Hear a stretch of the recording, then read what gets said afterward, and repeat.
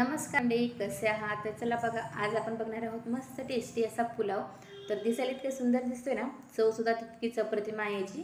तर काय करायचं, सगळ्यात घ्यायचं कुकरमध्ये तेल, त्याच्यात घालायचे जिरे, मोहरी, कढीपत्ता आणि खडे मसाले घेते. तमालपत्र, दालचिनी आणि 2-3 लवंग घेतले. तर तुमच्या घरात जे जे मसाले असतील की नाही खडे मसाले, ते तुम्ही घालू शकता. आता कढीपत्ता घालायचा, पातळ चिरलेला कांदा घालून घ्यायचा. कांदा चांगला परतून घ्यायचा आहे 2 मिनिटं.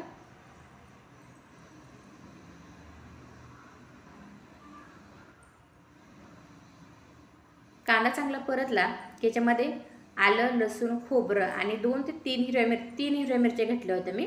याचं वाटण करून घालायचं, पाणी टाकून थोडंसं चांगलं वाटून घ्यायचं आहे. कोथिंबीर मॅडी संपली होती, मी नाही घातली. कोथिंबीर पण घाला आणि चांगलं मिरचीचं वाटण चांगलं परतून घ्यायचं.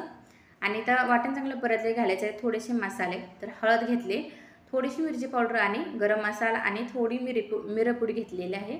चांगले मिक्स झाल्यानंतर घालायचं एक टोमॅटो चांगला मिक्स करून घ्यायचा. त्यात घालायचे चवीनुसार मीठ घातल्यामुळे टोमॅटो पण लवकर शिजतो. चांगलं मिक्स करून घ्यायचं.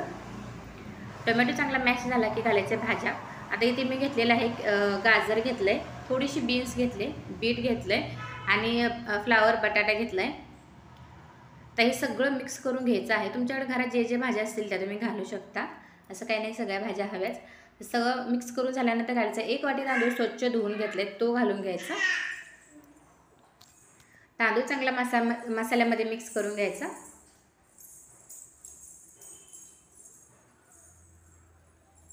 आता 1 वाटी तांदूळ होते तर 2 वाट्या पाणी मी घेतलेलं आहे. 1.5 ते 2 वाट्या पाणी अंदाजाने मी पाणी घातले, मोजून नाही घातलं. पाणी घालून चांगलं मिक्स करून घ्यायचं.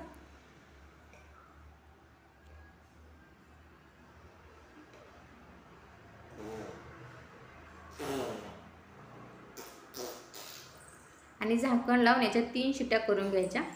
तुम्ही जर तांदूळ आधीच भिजवत ठेवला असेल तर 1 शिट्टी पुरेशी आहे याला. पण मी डायरेक्ट असाच वापरला होता धुवून. तर 3 शिट्ट्या मी करून घेते.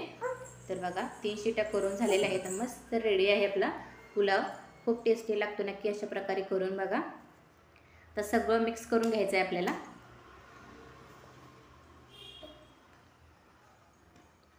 सगळ्या भाज्या मसाले मिक्स करायचं.